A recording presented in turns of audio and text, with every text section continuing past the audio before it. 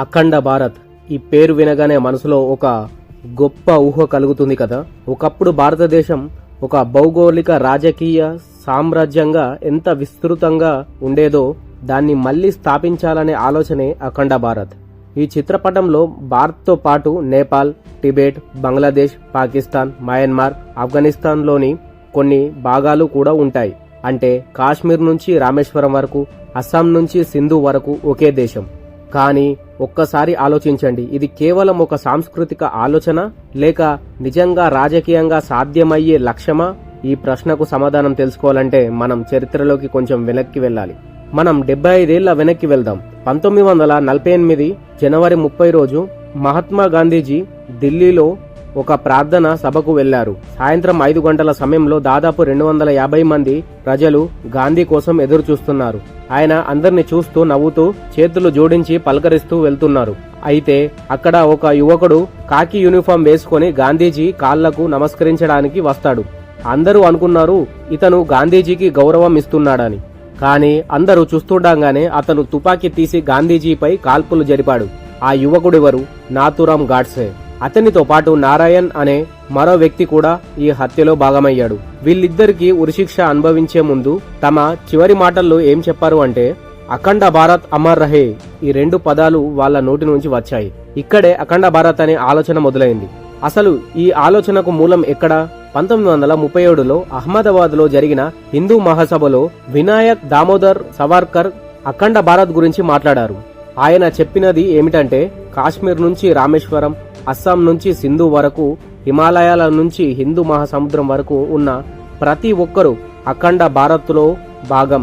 ఈ ఆలోచన RSS ద్వారా మరింత బలపడింది. ఫ్రెండ్స్, నేను చాలా గంటల రీసెర్చ్ చేసి ఈ వీడియోను మీ దాకా తీసుకువచ్చాను. ఫ్రెండ్స్, నా రీసెర్చ్ అండ్ అనాలిసిస్ నచ్చితే దయచేసి వీడియోను లైక్ చేసి మన ఛానల్ను సబ్స్క్రైబ్ చేసుకోండి.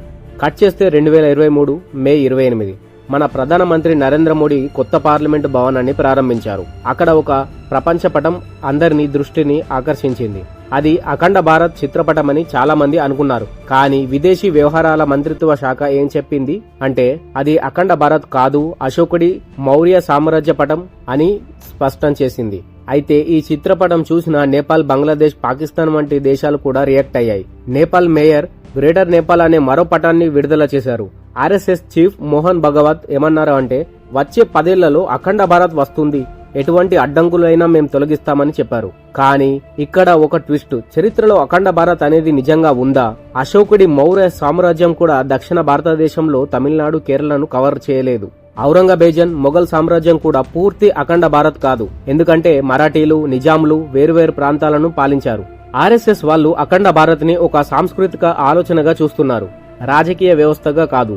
అంటే భారత్, పాకిస్తాన్, బంగ్లాదేశ్, నేపాల్ వంటి దేశాలు సాంస్కృతికంగా ఒకే కుటుంబంలా ఉండాలనేది వాళ్ళ ఆలోచన. కానీ రాజకీయంగా ఒకే దేశంగా మారడం అసాధ్యం. ఎందుకంటే ఈ దేశాలన్నీ స్వతంత్ర దేశాలు కాబట్టి. వాటి సంస్కృతి, రాజకీయ ఆలోచనలు ఈ 70 సంవత్సరాల్లో చాలా బాగా మారిపోయాయి. ఉదాహరణకు రష్యా ఉక్రెయిన్ యుద్ధం చూడండి. రష్యా అధ్యక్షుడు పుతిన్ ఉక్రెయిన్ ని అఖండ రష్యాలో భాగంగా చేస్తున్నాడు. చైనా కూడా అఖండ చైనా గురించి మాట్లాడుతుంది. కానీ భారత్ అలాంటి ఆలోచనలు పెట్టుకోలేదు. మన ప్రధానమంత్రి నరేంద్ర మోడీ 2018లో షాంగ్రీలా సమావేశంలో ఏమన్నారు? భారత్ ఎప్పుడు సరిహద్దులను విస్తరించాలని చూడదు, శాంతిని, సామరస్యాన్ని మాత్రమే కోరుకుంటుంది అని అన్నారు. ఇప్పుడు చివరిగా అఖండ భారత్ను రాజకీయ ఎత్తుగడ కోసమే వాడుకుంటున్నారా? అసలు అఖండ భారత్ గురించి ఎందుకు ఇంత చర్చ? ఇది రాజకీయ ఎత్తుగడ కావచ్చు, ఎన్నికల సమయంలో జాతీయవాద భావనలను రెచ్చగొట్టడానికి ఈ ఆలోచనలు ఉపయోగిస్తున్నారని కొందరు అనుకుంటున్నారు. ఒక అంచనా ప్రకారం 82% భారతీయులు మన సంస్కృతి గొప్పదని, 85% మంది హిందువులుగా పుట్టడం గర్వకారణమని భావిస్తున్నారు. ఈ భావనలను టార్గెట్ చేసి అఖండ భారత్ నినాదాన్ని ఎన్నికల్లో ఉపయోగిస్తున్నారు. కానీ నిజంగా ఆలోచిస్తే అఖండ భారత్ అనేది ఒక అసాధ్యమైన కళ. పాకిస్తాన్, నేపాల్, బంగ్లాదేశ్ వంటి దేశాలను ఒకే రాజకీయ వ్యవస్థలో కలపడం అంటే అది యుద్ధాలు, వివాదాలు అనేవి తప్పకుండా తప్పవు. అది కాకుండా మన ప్రధాని ఎప్పుడు వసుదైక కుటుంబం అని చెప్తుంటారు కదా, అంటే ప్రపంచమంతా ఒకే కుటుంబంలా శాంతి కోసం జీవించాలని. అలాంటప్పుడు అఖండ భారత్ వైపు మనం కన్నెత్తి చూడడం అవసరమా? ఇది జరుగుతుందా? ఈ విషయంపై మీ అభిప్రాయాన్ని కామెంట్లో చెప్పండి. ఫ్రెండ్స్, నేను చాలా గంటల రీసెర్చ్ చేసి ఈ వీడియోను మీ దాకా తీసుకువచ్చాను. నా రీసెర్చ్ అండ్ అనాలిసిస్ నచ్చితే దయచేసి ఈ వీడియోను లైక్ చేయండి, మన ఛానల్ను సబ్స్క్రైబ్ చేయండి. మరొక వీడియోతో మళ్ళీ మీ ముందుకు వస్తాను. అంతవరకు టేక్ కేర్. జై హింద్.